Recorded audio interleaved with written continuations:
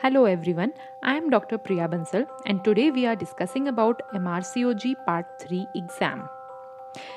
To be eligible for this exam, you should be passed Part 2 exam and there should be approved assessment of training certificate. This exam is conducted twice a year, that is in May and November, in multiple centers, that is in UK, in India, Singapore and Hong Kong.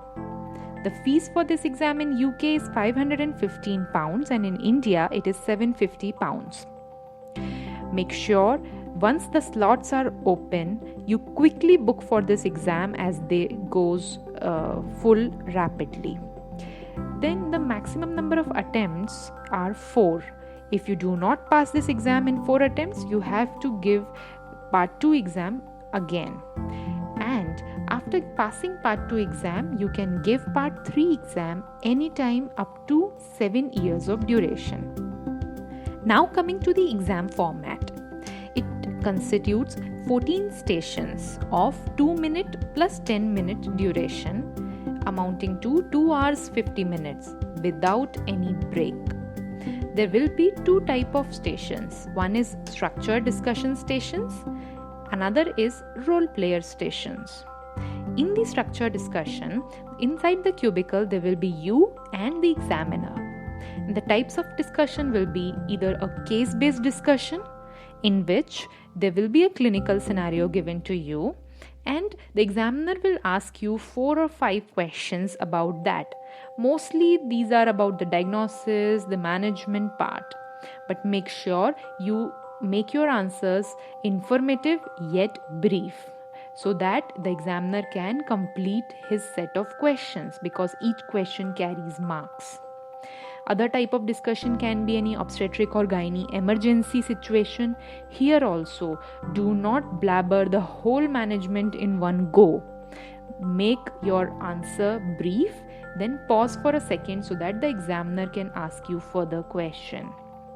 The other type of structured discussion is clinical governance station, where he can ask you to plan an audit or review a paper. The third type are the labor ward prioritization station, where 10 laboring patients will be given and then you have to prioritize them. The fourth type can be of a S-bar concept, where you have to speak to the consultant on phone call and informing him about referring some patient. Now we will discuss about the role player stations. Here in the cubicle there will be you, a role player, an examiner and may or may not be a lay examiner who will be assessing your communication skills. The first type of stations will be simulated patient task. A scenario will be given to you outside and then going inside you have to take a brief history in 3 or 3.5 minutes. The examination findings are usually given. Further, you have to discuss the management with the patient and solve her queries. The main crux here is to manage the time in the station. The second type is the consent taking station, in which again you have to take a brief history and then according to the consent form provided, you have to give emphasis on each and every part of the consent form and check the understanding of the procedure by the patient. Third type will be a breaking bad news or report discussion, in which you have to break a bad news or there will be reports of the patient given to you and you have to discuss about the reports and the management to the patient. The fourth type will be about the teaching. In this station, after making a quick rapport with the role player, teach him or her, but make your teaching interactive throughout the station. All of this will give you a broad concept about the type of station you may face in your exam. Now coming to the preparation of this exam, it will take around 4 months of time. To begin the preparation, go to the RCOG website to see the videos they have already provided as sample videos. There are around 8 videos, 4 of good presentation and 4 of bad. Watch them so that you can have an idea about the exam. Then start reading the patient information leaflets which are provided around 64-65 on the RCOG website. Then your part 2 guidelines or notes, whatever flowcharts you have made, read them accordingly.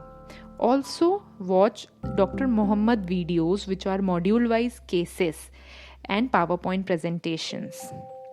While doing all of this theory practice, also make sure you do some practice stations from some practice books. What I did were Oxford, Lisa Joel and Tony.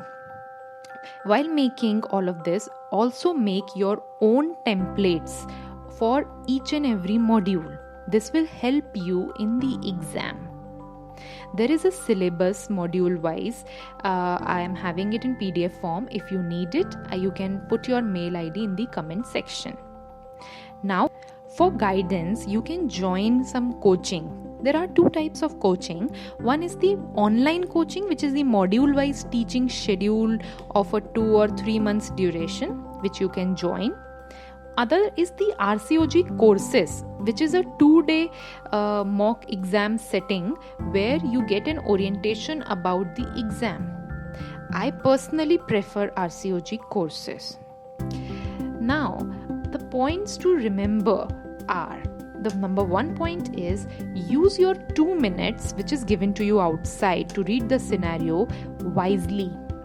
Read the scenario and mark the keywords which are given.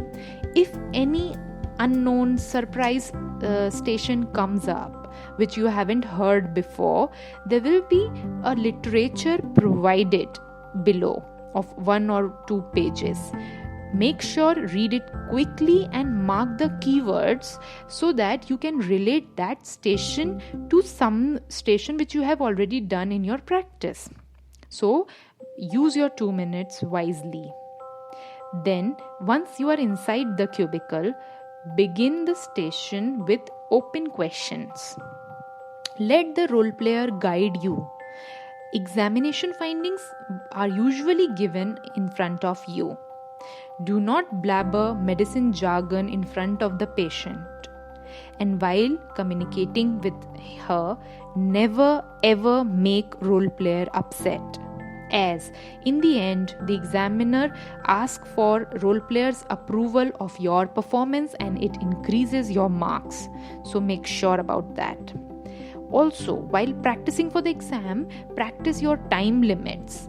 Time is the main key in this exam, and your study partner is must, and you should practice with your study partner at least 8 to 10 stations per day for 2 to 3 months of duration at least.